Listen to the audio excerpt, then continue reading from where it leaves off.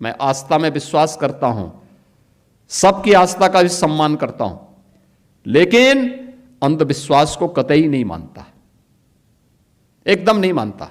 मुझे बोला गया था कि नोएडा नहीं जाना है। मैंने कहा क्यों? कहा वहां सीएम नहीं जाते। तो मैंने कहा क्या नोएडा यूपी से बाहर है? कहा नहीं साहब, ये मान्यता है कि सीएम उतर जाएंगे कुर्सी से।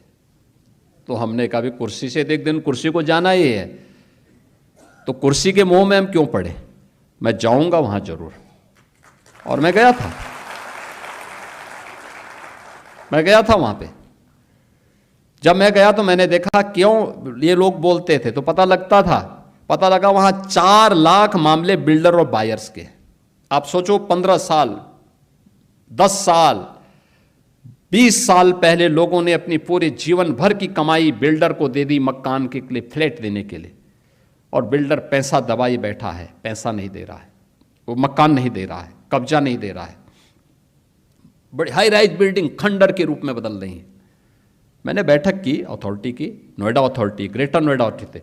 तो ग्रेटर नोएडा अथॉरिटी मेरे पास आया, उसके सीईओ आए, कहा साहब हम पे 6,000 करोड़ का कर्जा है।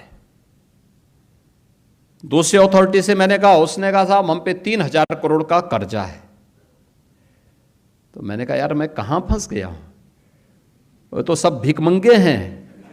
अब इन भिखमंगों से मैं बोलूं कि तुम इन 4 लाख लोगों को मकान दो, तो मैं फंस गया वहां पे। मैंने कहा ये मेरी स्थिति बड़ी अजीब सी है। लेकिन मैंने वहां पे पहले बायर से मैं बातचीत किया, उन्होंने कहा उनकी रो रहे थे साहब, पूरी जीवन भर की हमने कमाई लगा दी, हमें मकान नहीं मिला है, हम बैंक से कर्जा भर रहे हैं, बैंक का कर्जा बढ़ता जा रहा है। मैं बिल्डर के साथ मिला तो बिल्डर अलग से रोए, कहते हैं साहब हमने पैसा लगाया, लेकिन उस समय की सरकारों ने हमें पूरी तरह निचोड़ दिया है, हमारी सामर्थ्य नहीं है।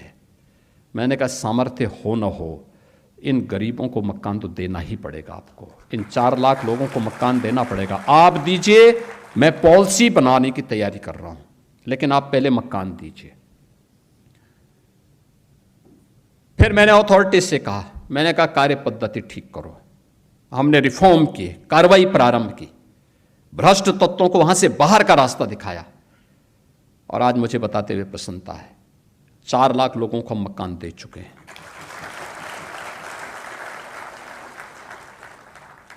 जो अथॉरिटी मेरे सामने कहती थी कि हमारे पास पैसा नहीं, हम तो कर्ज में हैं, आज उसके पास 6,000 करोड़ का सरप्लस